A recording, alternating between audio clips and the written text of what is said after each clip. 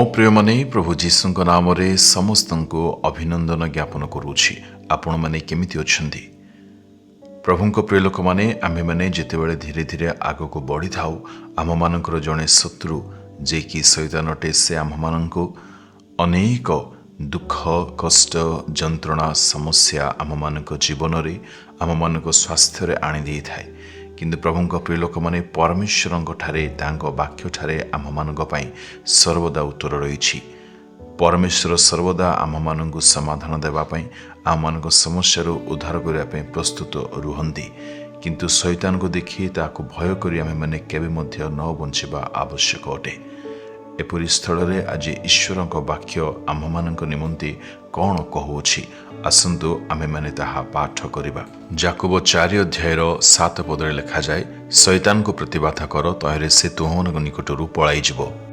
आपणको ताहार प्रतिरोध करबाको हबो। प्रतिदिन एथिपई मु प्रभात समय रे उठे पुणी प्रभु जीशुଙ୍କ निकटवर्ती होई तांग ठारे प्रार्थना पुणी स्तुति गान करिथाए।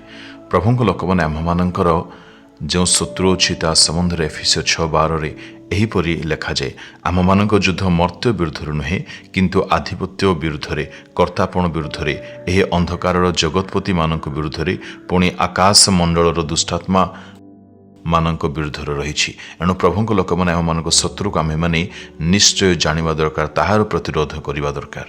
एथिपई प्रतिदिन आमମାନଙ୍କୁ प्रभातरे उठी प्रभुଙ୍କ निकटवर्ती हेबाकू पड़िबो। पुणी केवल निकटवर्ती हेबा यथेष्ट नुह, ताहांक ठारे प्रार्थना करी आंठई ताहांक ठारू शक्ति पाइबाकू हबो।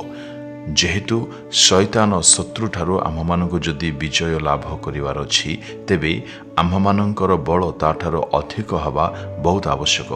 एणु प्रथम कार्य आमे माने मनरे रखिबा दरकार, आमମାନଙ୍କର संपर्क पितांक सहित प्रभु जीशुଙ୍କ सहित अति घनिष्ठ अति उत्तमर संपर्क हेबा उचित अटे। तत्पर आमे माने केवल प्रार्थना करिबा पुणी खुसई जिबा ताहा नुह, ईश्वरଙ୍କ जीवंत वाक्य द्वारा मध्य आमମାନଙ୍କ आत्मिक शरीर निमंती बल थाए। एथिपई ताहाको आमे माने प्रतिदिन ध्यान करिबा दरकार। जेतु वाक्य रे ही आमମାନଙ୍କ आत्मिक पोषण आमମାନଙ୍କୁ मिली थाए। एणु वाक्य ध्यान रे आमे माने प्रतिदिन नियमितताको अवलंबन करिबा उचित। प्रभुଙ୍କ प्रिय लोक माने आमମାନଙ୍କ जीवन रे शत्रु रही अछि, एहाको केबे मध्य आमे माने अणदेखाबा एही विषय अवहेला न हेउ। जेहेतु सही शत्रु प्रतिदिन आमମାନଙ୍କ पतन निमंते से यथेष्ट चेष्टावान थाए। एथिपई आमମାନଙ୍କୁ ताहाठारू अधिक चेष्टा करिबा दरकार, जेपरि आमମାନଙ୍କୁ पतन न हो जाए।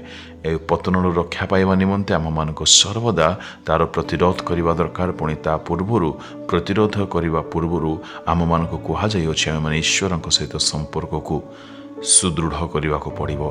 जदि आमे माने ईश्वरଙ୍କ सहित संपर्क सुदृढ़ करिबा नाही आमମାନଙ୍କୁ बळ मिलिबो नाही।